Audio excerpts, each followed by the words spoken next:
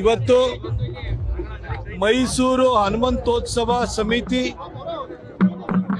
ಹನುಮ ಉತ್ಸವವನ್ನ ಕೋಟೆ ಆಂಜನೇಯ ಸ್ವಾಮಿ ದೇವಸ್ಥಾನದಿಂದ ಆಯೋಜನೆ ಮಾಡಿದೆ. ಇದು 3ನೇ ವರ್ಷದ ಹನುಮ ಉತ್ಸವ ಕಾರ್ಯಕ್ರಮ. ಮೈಸೂರಿನಲ್ಲಿ ಹಿಂದುತ್ವದ ವಿಚಾರ ಬಂದರೆ ಪ್ರಬಲವಾಗಿ ಕೇಳಿ ಬರುವಂಥ ಹೆಸರು ನಮ್ಮ ಸಂಜಯ್ ಮತ್ತು ಅವರ ಸ್ನೇಹಿತರು ಹನುಮ ಉತ್ಸವ ಸಮಿತಿ ಅಂತ ಮಾಡಿಕೊಂಡು ಈ ಒಂದು ಹನುಮಂತೋತ್ಸವನ ಆಯೋಜನೆ ಮಾಡಿದ್ದಾರೆ. ಮಾಜಿ ಸಚಿವರು, ಚಾಮುಂಡೇಶ್ವರಿ ಕ್ಷೇತ್ರದ ಸನ್ಮಾನ್ಯ ಶಾಸಕರಾಗಿರುವ ಟಿ ದೇವೇಗೌಡರು ಸಾಹೇಬರು ಬಂದು ಅದರ ಉದ್ಘಾಟನೆಯನ್ನು ಮಾಡಿಕೊಂಡಿದ್ದಾರೆ. ಹಾಗೆ ಹುಣಸೂರಿನ ಶಾಸಕರಾಗಿರುವಂತಹ ಯುವ ನಾಯಕರಾದ ಹರೀಶ್ ಗೌಡರು ಕೂಡ ಬಂದು ಹೋದ್ರು.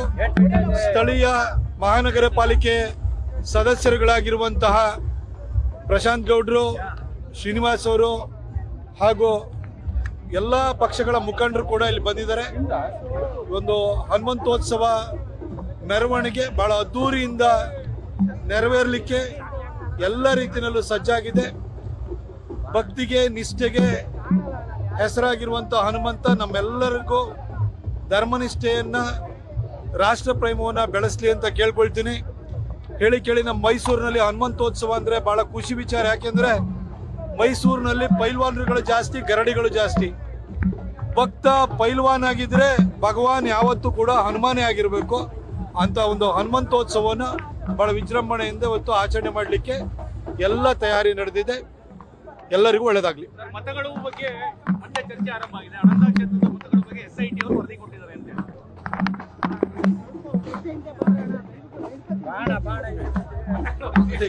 ಮತಗಳು ಚರ್ಚೆ ಆಗ್ತಾ ಇದೆ. ರಾಹುಲ್ ಗಾಂಧಿ ಅವರೇ ಖುದ್ದು ಆರಂಭ ಮಾಡಿದ್ರು. ಇದಕ್ಕೂ ಸಾಮ್ಯತೆ ಇದೆಯಾ ಅಂತ? ಅದು ಬೇರೆನಾ ಇದು ಬೇರೆನಾ? ಈ ಒಂದು ನಾಣ್ಣುಡಿ ಇದೆ.